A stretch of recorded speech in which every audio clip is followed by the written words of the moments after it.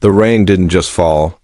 It hammered against the world with a rhythmic, violent intent, as if trying to wash the very pavement off the map. Mark drove by instinct, his vision narrowed to the 20 feet of road illuminated by his headlights. Every few seconds, a gust of wind would shudder against the side of his Ford F-150, threatening to push him into the black maw of the ditch. In the back seat, the soft, rhythmic breathing of his 6-year-old daughter, Lily, was the only thing keeping him grounded. She was his North Star, the singular reason he pulled double shifts at the loading docks and spent his weekends breathing life into a drafty old farmhouse. He glanced in the rearview mirror, catching the faint silhouette of her sleeping form. For a second, the world felt safe.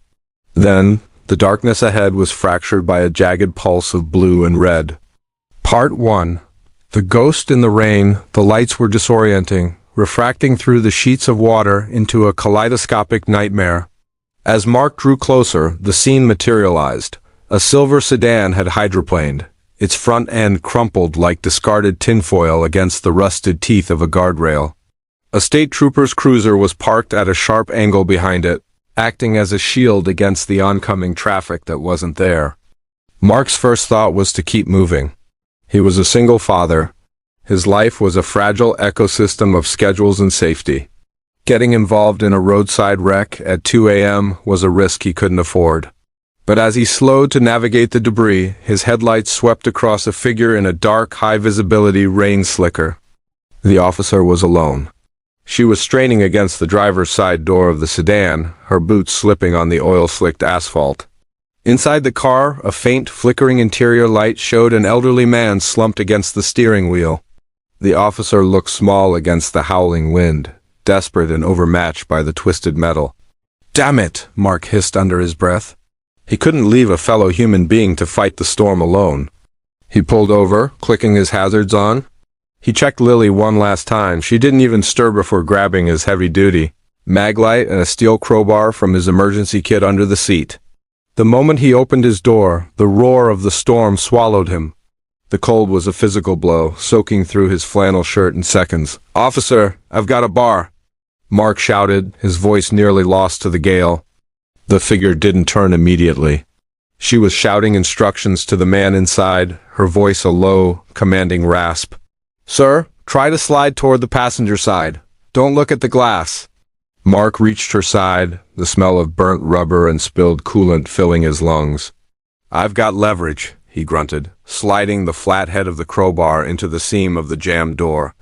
"Get back, sir. This frame could snap," she yelled, still focused on the victim. "Just pull when I pry," Mark countered. He threw his shoulder into the bar. The metal screamed, a high-pitched mechanical wail that pierced through the thunder. With a violent crack, the latch gave way. The door swung open, nearly sending Mark backward into the flooded road. The officer moved instantly, her hands steady as she reached in to stabilize the driver's neck. "I've got you, sir." "You're okay?" "Help is on the way." Her movements were fluid, practiced, and professional. "Is he all right?" Mark asked, leaning in, his flashlight beam dancing across the wreckage. "Concussed, maybe a broken hip," she said, her breath hitching as she worked. She reached out, blindly gesturing toward the ground. "My kit. I dropped my medical bag when the door popped." "It's by your feet." Mark knelt, his knees hitting a deep puddle. He fumbled for the bag, his flashlight rolling onto its side on the pavement. The beam shot upward, hitting the officer directly in the face as she turned to take the bag from him. The world stopped. The rain seemed to freeze in midair, suspended like diamonds in the harsh LED light. The officer wasn't just a stranger in a uniform. Under the brim of the wet campaign hat, framed by damp strands of dark hair, was a face that had haunted Mark's dreams and fueled his nightmares for over half a decade. It was the face he had kissed goodbye on a Tuesday morning 7 years ago, only to come home to an empty house and a crying infant. It was the face that sat in a silver frame on his mantel for 3 years, until he finally had the courage to smash the glass and throw the photo into the fireplace. "Sarah?" The word didn't feel like a name. It felt like a confession. The officer froze. Her hand, inches from the medical kit, began to tremble. She looked down, her eyes meeting his. Those eyes, a unique, honey-colored amber, widened in a slow-motion realization that mirrored his own. The professional steel in her expression evaporated, replaced by a raw, naked terror. "Mark?" she whispered. She looked at him as if he were a ghost, but to Mark, she was the apparition. He took a staggering step back, the crowbar clattering to the road. The woman who had abandoned their daughter, the woman who had left him to navigate the terrifying waters of new fatherhood alone, was standing here on a desolate highway in a uniform of the law. The irony was a bitter pill. She was wearing a badge. She was a protector of the peace, yet she had been the one to shatter his entire world. "You're a cop?" Mark's voice was hollow, a mix of disbelief and rising bile. "You're a state trooper?" Sarah opened her mouth to speak, but the words died in her throat. She looked at his truck, the one she used to ride in when it was new, and then back at his face, which was now lined with the stresses of a life she chose not to share. "Mark, I didn't know you were in this district," she stammered, her voice losing its authoritative edge and becoming the voice of the girl he used to know. "I thought you were still upstate." "I moved," he said, his voice turning cold as the rain. "I had to move. I couldn't stay in that house, Sarah. Every corner of it smelled like the person who didn't want us." The radio on her shoulder crackled to life. A burst of static and a dispatcher's voice calling for an ETA on the ambulance. It was a jarring reminder of the reality surrounding them. The man in the car groaned, pulling Sarah back to the present. She looked torn, split between the duty she had sworn to uphold and the wreckage of the life she had fled. I have to help him," she said, her eyes pleading with Mark for a mercy she hadn't earned. "Please, Mark, just stay until the paramedics get here. Don't leave." Mark looked at the man in the car, then back at the woman he had once loved more than his own life. The anger was there, simmering and hot, but beneath it was a profound, aching confusion. "I'm not staying for you," Mark said, his jaw tight. "I'm staying because I'm not the kind of person who leaves people behind." He turned his back on her, walking toward his truck to check on Lily, leaving Sarah standing in the strobe of the police lights, a guardian of the road who was completely and utterly lost. The sirens of the approaching ambulance were a dissonant scream against the steady percussion of the rain. Mark sat in the driver's seat of his truck, his hands gripping the steering wheel so hard the leather groaned. He didn't turn the engine on. He couldn't. His legs felt like they were made of water, and his heart was hammering a frantic, uneven rhythm against his ribs. In the back seat, Lily stirred. She sat up, rubbing her eyes with the back of a small fist, her hair a wild nest of blonde curls. "Daddy, why are we stopped? Are we at Grandma's?" Mark swallowed hard, forcing his voice to descend from a panicked vibrato to something resembling calm. "No, baby. There was an accident. We're helping. Go back to sleep, okay?" "Is the police lady okay?" Lily asked, peering out the window at the flashing lights. "The police lady?" Mark felt a phantom pain in his chest. "She's fine, Lily. She's doing her job." Outside, the paramedics swarmed the silver sedan. Sarah Officer Miller, he reminded himself, was in the thick of it. She was giving a crisp, professional handoff, her movements efficient and detached. But Mark saw the way her shoulders hitched, the way she kept casting quick, terrified glances toward his truck. She looked like a soldier standing in a minefield, waiting for the first step that would blow everything apart. Once the driver was loaded into the ambulance and the tow truck began its slow, mechanical prayer over the wreckage, the scene settled into a haunting quiet. The ambulance departed, sirens fading into a low moan. The rain had slowed to a persistent, miserable drizzle. There was a soft thud against his window. Mark rolled it down. Sarah stood there. Up close, without the blinding glare of the flashlight, the changes in her were staggering. The soft roundness of her face was gone, replaced by sharp, hollowed angles. There were faint lines around her eyes that hadn't been there at 21. She looked like she had lived 100 years in the 7 she'd been gone. Part 2. The weight of 7 years. "You should have left," she said. Her voice was barely a whisper, thin and brittle. "I wouldn't have blamed you if you just kept driving." "I thought about it," Mark said, his voice cold. "Believe me, Sarah, every instinct I have told me to put this truck in gear and never look back. But then I realized that's what you do. I'm not you." The words hit her like a physical blow.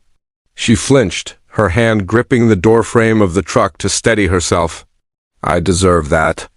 I deserve a lot worse than that. What are you doing here, Sarah? Not just on this road in this life. Since when do you care about the law? You broke every unspoken contract a human being can make. Sarah looked away, her eyes tracing the line of the dark woods bordering the highway. I didn't have a plan when I left, Mark. You have to believe that. I was 21 years old with a 10-month-old baby who would then stop crying and a husband who was working 18 hours a day to keep us afloat. I felt like I was disappearing. Every time I looked at Lily, I didn't see a miracle. I saw a mirror. I saw everything I was failing at. So you just vanished? Mark's voice rose, thick with years of repressed fury. No note? No phone call? I came home from a double shift to a screaming baby and an empty closet. I thought you were dead. I spent 3 days calling hospitals and morgues before I realized your passport was gone. I went to my sister's in Oregon, she said, her voice trembling. I spent 4 months in a dark room. I was sick, Mark, my head. It wasn't right. Postpartum depression is a clinical term, but it felt like a haunting. And when the fog finally lifted, I was so ashamed of what I'd done that I convinced myself you were better off without me. That Lily deserved a mother who wasn't a broken shell. You don't get to make that choice for us, Mark hissed, leaning toward the window. You don't get to decide that abandonment is a gift. I know, she cried, the sound raw and jagged. I know, I spent 3 years in a bottle trying to forget your faces. And then I hit a bottom so hard it broke me open. I got sober. I went back to school. I joined the academy because I needed a cage. I needed rules and structure and a way to prove that I could be someone who stays. Someone who protects. A badge doesn't make you a hero, Sarah. It just makes you a civil servant. I know that too, she whispered. She took a deep breath, her gaze shifting to the back seat. Can I see her? Mark felt a surge of protectiveness so fierce it was almost violent. He wanted to say no, he wanted to roar it. But Lily was already watching them, her curiosity winning out over her sleepiness. She unbuckled her seatbelt before Mark could stop her and scrambled to the window, her small face pressed against the glass. Hi, Lily said, her voice muffled by the window. Sarah's knees nearly buckled. She let out a choked sound, half sob and half laugh. She looked at the girl, the blonde hair that matched Mark's, the amber eyes that were an exact replica of her own. The realization of the time loss seemed to crash over her all at once. Mark watched his daughter's face. Lily saw a pretty lady in a cool uniform. She saw a helper. She didn't see the woman who had left her in a crib to go find herself across the country. Hi there, Sarah said, her voice thick with unshed tears. She reached into the pocket of her tactical vest and pulled out a small, shiny sticker shaped like a shield. I'm Officer Sarah. You were very patient tonight. I'm Lily. I'm 6.5, the girl chirped, reaching out. Mark watched Sarah's hand as she passed the sticker to Lily. It was shaking uncontrollably. Her fingers brushed Lily's for a fraction of a second, and Sarah closed her eyes, a single tear escaping and tracking through the soot and rain on her cheek. 6.5, Sarah repeated, the word sounding like a prayer. That's a very big age. My daddy says I'm his best girl, Lily told her, proudly sticking the shield to her pajamas. Sarah looked at Mark then, a look of such profound, agonizing gratitude that he had to turn his head away. He hated that she was human. He hated that he could see her pain. It was much easier to hate a monster than a woman who was clearly haunted by her own ghost.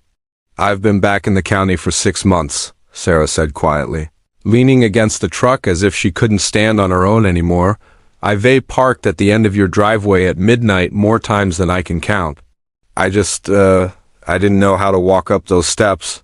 How do you apologize for a lifetime? You don't, Mark said. You can't give me back the nights I spent rocking her while she cried for a mother who wasn't there.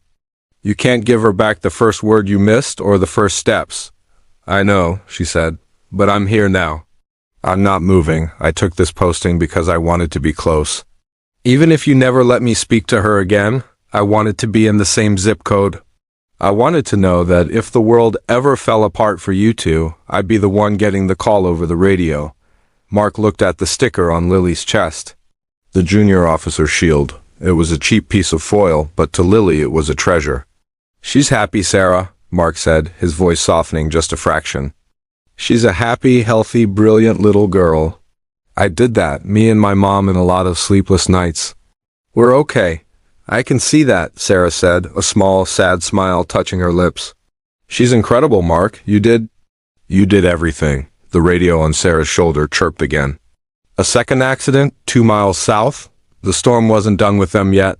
She straightened her posture, the Officer Miller persona sliding back into place like a suit of armor, though her eyes remained bright with tears.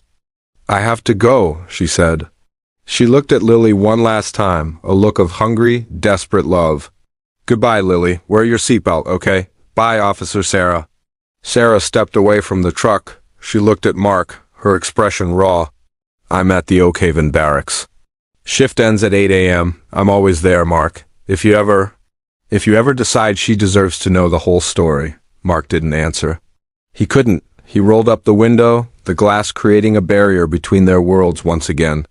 He started the engine, the vibration of the truck a familiar comfort. As he pulled away, he watched her in the side mirror. She stood in the rain, a lone figure in a dark uniform, her hand raised in a small, hesitant wave. She didn't move until he was out of sight. Daddy? Lily asked, yawning as she settled back into her seat. Yeah, Lil. The police lady was nice. But why was she so sad? Mark stared at the road ahead, the white lines blurring as his own eyes finally welled up. He thought about the 7 years of silence, the anger he'd worn like a cloak, and the look on Sarah's face when she touched Lily's hand. She lost something a long time ago, Lily, Mark said, his voice thick, and I think she just realized she's never going to get it back the way it was. Can she find a new one? Mark gripped the steering wheel, the lights of his home finally appearing in the distance. I don't know, baby.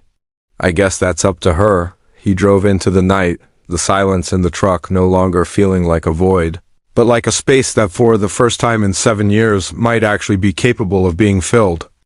The days following the encounter on Route 42 were not a peaceful transition but a slow-motion collision of two different lives. Mark lived in a state of hyper-awareness. He found himself staring at the front door of his farmhouse, expecting a knock that never came, then feeling a flare of resentment because it hadn't come. He was a man who lived by a clock, 6 a.m. wake up, 7:30 a.m. school drop-off, 8:30 a.m. warehouse floor. But Sarah Miller had smashed the glass on that clock. Now, every time he looked at his daughter, he didn't just see the girl he had raised. He saw the half of her that belonged to a stranger in a Navy uniform. Lily, oblivious to the seismic shift in her father's heart, had become obsessed with the junior officer sticker. She had moved it from her jewelry box to the headboard of her bed. Do you think Officer Sarah is catching bad guys right now, Daddy? She asked one night over a plate of cooling spaghetti. Mark's fork paused mid-air. I think she's just doing her job, Lo. Eat your peas. She was nice, Lily persisted, her chin resting on her palm. Her hands were shaking. Why were they shaking? Was she cold? Mark couldn't tell her that Sarah's hands were shaking because she was holding the weight of 7 years of abandonment in her palms. He couldn't tell her that the nice lady was the woman who had left her in a nursery with nothing but a fading scent of lavender and a mountain of medical bills. He waited until Lily was asleep before he sat at the kitchen table with a glass of lukewarm bourbon. He pulled up the state police website on his laptop. It didn't take long to find her. Officer Sarah Miller, Oakhaven Barracks. There was a small photo of her in her Class A uniform, shoulders back, chin tucked, eyes staring into the camera with a haunted, steely resolve. She looked like a warrior. He remembered her as a girl who used to cry when she saw a dead bird in the yard. The realization hit him with a physical weight. He didn't know this woman. He knew the ghost of a 21-year-old girl, but he didn't know the officer. He didn't know what it took to go from a runaway mother to a state trooper. The next morning he made a choice. He wouldn't let the ghost haunt his house anymore. He was going to face it. Part 3. The Silver Star and the Truth. The Oakhaven Barracks sat on a hill overlooking the valley. A low-slung building of brick and glass that looked more like a fortress than a station. Mark parked his truck, his palms sweating against the wheel. He hadn't told his mother why he was dropping Lily off for a few hours. He hadn't told anyone. This was a private war. Inside, the atmosphere was sterile and bustling. Radios chirped with a rhythmic, mechanical cadence. A sergeant behind a thick sheet of plexiglass looked up, his eyes weary. "Can I help you, sir?" "I'm looking for Officer Miller," Mark said. His voice sounded thin to his own ears. "Tell her." "Tell her it's Mark." The sergeant raised an eyebrow but picked up a desk phone. A few minutes later, a heavy door to the interior of the station buzzed open. Sarah walked out. She wasn't wearing the rain slicker this time. She was in her full duty gear, the dark trousers with the French blue stripe, the crisp shirt, the heavy utility belt laden with a firearm, handcuffs, and a radio. The badge on her chest caught the fluorescent light, a brilliant silver star that seemed to mock Mark with its authority. She stopped 10 feet away from him. Her face went pale, the blood draining away until her freckles stood out like copper dust. "Mark," she whispered, I didn't think you'd actually come here." "I didn't come here to cause a scene," Mark said, gesturing toward the lobby chairs. "Can we talk? Somewhere private?" "I'm just about to go off shift." "Give me 10 minutes to sign out my gear." Mark waited. He watched the clock on the wall. Each tick felt like a heartbeat. When she returned, she was still in uniform but had removed her duty belt and her tie. She looked slightly less like a symbol of the law and slightly more like the woman he had once shared a bed with. "There's a park 3 blocks from here," she said. "The ducks are loud, but the people are few." They walked in silence. The air was crisp, the smell of autumn beginning to bite at the edges of the breeze. They found a bench that faced a small, gray pond. "Why the police, Sarah?" Mark asked, skipping any attempt at small talk. "Of all the things you could have done, why did you choose a job where you have to be the one who stays, where you have to face the worst parts of people every day?" Sarah stared at the water, her hands clasped tightly between her knees. "Because I spent years being the worst part of myself, Mark. When I left, I didn't just leave you, I left reality. I was in a fog of postpartum psychosis and a terror I couldn't name. I went to Oregon, to my sister's, and I collapsed. I spent months in a treatment facility." "You could have called," Mark said, his voice tight with a 7-year-old anger. "A postcard. A 5-second message, I'm alive. That's all I needed. I was ashamed," she said, finally looking at him. Her eyes were swimming. "Every time I picked up the phone, I saw your face when I told you I was pregnant, how happy you were. And then I looked in the mirror and saw a woman who had abandoned her baby. I thought the kindest thing I could do was stay dead to you. I thought if I stayed away, you'd find someone better. Someone who wasn't broken. You don't get to decide what's kind for me, Sarah. You don't get to decide that abandonment is a mercy." A few people on the walking path glanced over. Mark lowered his voice, his chest heaving. "I worked 3 jobs. I missed her first steps because I was pulling a triple shift to pay for the heater. My mother moved into the guest room because I was failing at being a father and a provider at the same time. You weren't a mercy. You were a hole in our lives that we kept falling into." "I know," she sobbed, a single, sharp sound that she quickly muffled. "I know, that's why I joined the academy. I needed to be rebuilt. I needed a code. I needed to know that I could be someone who doesn't run. I've been hit, I've been shot at, I've stood in the rain for 10 hours at a crash site, and I never left my post. Every day I put this badge on, I tell myself, you are staying today. You are staying for the people who can't." Mark looked at her badge. It was a beautiful, terrible thing.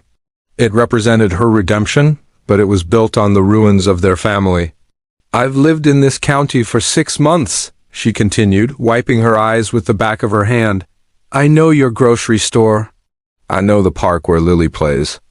I've sat in my cruiser at the edge of the woods and watched her on the swings. I didn't want to disrupt her life. I just wanted to breathe the same air she does." "That's stalking, Sarah," Mark said, though the venom was gone from his voice. "It's penance," she countered.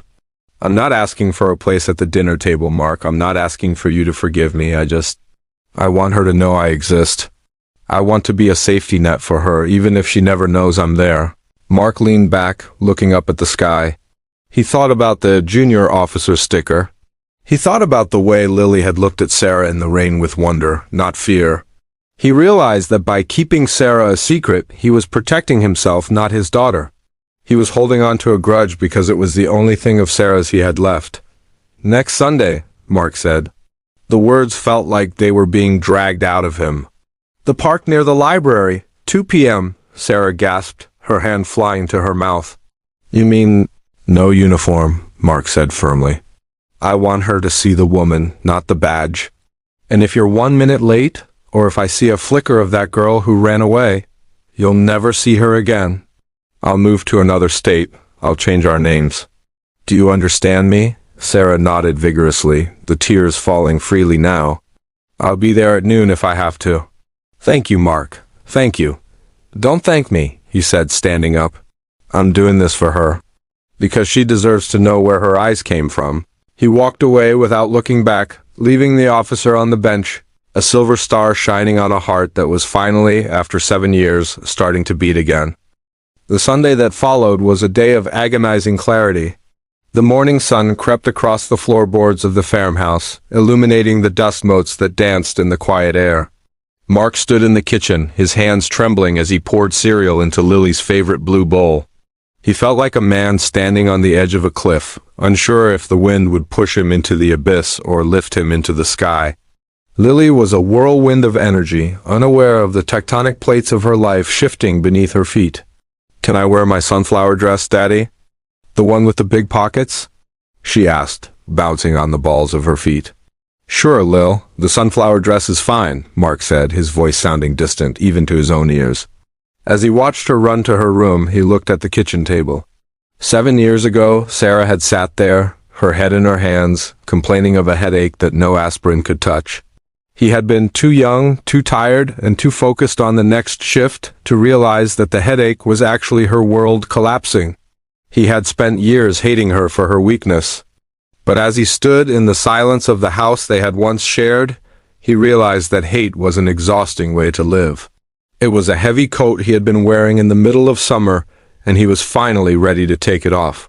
Part 4. The long road home. The park near the library was a lush expanse of green, dotted with ancient oaks and the occasional statue of a forgotten local hero. It was the kind of place where families came to forget the rest of the world existed. Mark parked the truck at exactly 1:55 p.m. His heart was a drum in his chest, a frantic, steady beat that thrummed in his ears. Why are we here, Daddy? Are we meeting someone? Lily asked, her small hand slipping into his as they stepped onto the grass. An old friend, Lily. Someone I used to know a long time ago, Mark said. He scanned the horizon, his eyes searching for the dark navy of a uniform, but then he remembered his own rule. No uniform. He saw her sitting on a blanket under a sprawling willow tree near the duck pond. Sarah didn't look like a state trooper today. She was wearing faded denim jeans and a soft white linen shirt, her sleeves rolled up to her elbows. Her hair, which he had only seen pulled back in a severe, professional bun, was loose and wavy, catching the golden afternoon light. She looked like the girl he had fallen in love with at 19, but with a hard-won maturity etched into the corners of her mouth. As they approached, Sarah stood up. She looked like she was vibrating with nervous energy. Her hands were tucked into her back pockets, a gesture he remembered from a lifetime ago, a way to hide her trembling when she was overwhelmed. Hi, Sarah said, her voice small and fragile. Lily looked up at her, squinting against the sun. Her eyes moved from Sarah's face to her clothes and back again. A slow, wide grin spread across the little girl's face. The police lady! You're the lady from the rain. Sarah let out a breath that sounded like a sob, though she caught it before it could fully escape. She dropped to her knees so she was eye level with Lily. Hi, Lily, I am. But today I'm just Sarah. You don't have your shiny star? Lily noted, reaching out to touch Sarah's white shirt. I left it at work, Sarah said, her eyes devouring Lily's face as if she were trying to memorize every freckle in a single second. I wanted to come play in the park instead. Is that okay? Yeah. Do you like the slides? The big yellow one goes really fast if you wear leggings, Lily informed her, already pulling at Sarah's hand. Mark stood back, a few feet away, his arms crossed over his chest. He felt like a spectator at his own life's most pivotal moment. He watched as Sarah followed Lily toward the playground. He watched as they climbed the stairs to the plastic fort, Sarah's movements careful and attentive. For the next hour, Mark sat on a nearby bench and simply watched. He saw things he hadn't seen in years. He saw Sarah laugh, a real, unburdened laugh that echoed across the grass. He saw the way she watched Lily with a mixture of awe and absolute terror. It was the look of a person who had been handed a priceless, fragile vase and told not to drop it. Eventually, the two of them wandered back toward the blanket, Lily clutching a handful of yellow dandelions. "Look, Daddy!" "Sarah helped me find the wishing ones," Lily cried, holding up the weeds as if they were gold. "That's great, Lil," Mark said. He looked at Sarah. Her eyes were red-rimmed, but she was smiling. She's perfect, Mark," Sarah whispered as Lily ran off to chase a butterfly. "She's everything good in the world." "She is," Mark agreed. The ice around his heart hadn't completely melted, but it was cracking. "She's the only thing I got right." "You got her right because you stayed," Sarah said, her voice thick with conviction. "Don't ever doubt that. I see the way she looks at you. You're her whole world." They sat in silence for a moment, watching the sunset paint the sky in hues of violet and burnt orange. The weight of the past 7 years was still there, but for the first time, it didn't feel like a wall. It felt like a bridge. "How do we do this, Sarah?" Mark asked. "I can't just tell her you're her mother tomorrow. It would break her brain. She thinks her mother is a lady in a picture who lives in heaven." Sarah flinched at the heaven part, but she nodded. "We don't tell her yet. We let her have Sarah the friend. We let her get used to me being around. I'll come to her soccer games, if that's okay. I'll be the person who brings the orange slices. I'll earn my way back, inch by inch, if it takes another 7 years. Mark looked at her, really looked at her. He saw the badge she wasn't wearing. He saw the woman who had spent half a decade disciplining herself, training herself to be someone who could be relied upon. She wasn't the girl who ran anymore. She was a woman who stood her ground. "I have a soccer game on Saturday at 10 a.m., Mark said. "Field 4, bring the orange slices." "But don't you dare be late," Sarah laughed, a wet, shaky sound. "I'm a state trooper, Mark. We're never late." As the shadows lengthened, it was time to go. Lily gave Sarah a quick, impulsive hug around the waist, a gesture that made Sarah close her eyes and lean her forehead against the top of the girl's head for a heartbeat longer than necessary. "See you later, Sarah," Lily called out as they walked back to the truck. Mark paused at the driver's side door. He looked back at the willow tree. Sarah was still standing there, a small figure against the darkening park. She looked lonely, but she also looked resolved. "Daddy?" Lily asked as they drove home. "Yeah, baby?" "Sarah smells like the flowers in Grandma's garden," Lily said, her voice sleepy. "I like her. Can she come to my birthday?" Mark gripped the steering wheel, his eyes stinging. His birthday was in 3 months. 3 months of soccer games, 3 months of ice cream, 3 months of testing the waters. "We'll see, Lily," Mark said. "I think she'd like that very much." The drive home was quiet, but it wasn't the heavy, suffocating silence of the past. It was the quiet of a house after a storm has finally passed, the sound of the wind dying down and the birds starting to sing again. When they got home, Mark tucked Lily into bed. He looked at the junior officer sticker on her headboard. He reached out and smoothed the corner of it with his thumb. He realized then that he wasn't just giving Lily a mother. He was giving himself a chance to stop being a victim. He was giving himself a chance to forgive. And as he walked out onto the porch to look at the stars, Mark realized that for the first time in 7 years, he wasn't looking for a ghost in the dark. He was looking at the road ahead. The road was still long, and it was still under construction. There would be hard questions, tears, and moments of doubt. But as he looked out toward the valley where the lights of the Oak Haven barracks twinkled in the distance, Mark knew one thing for certain. They weren't alone anymore. The single dad had stopped to help a cop, and in the process, he had found the missing piece of his own life. The story wasn't over. It was just finally beginning.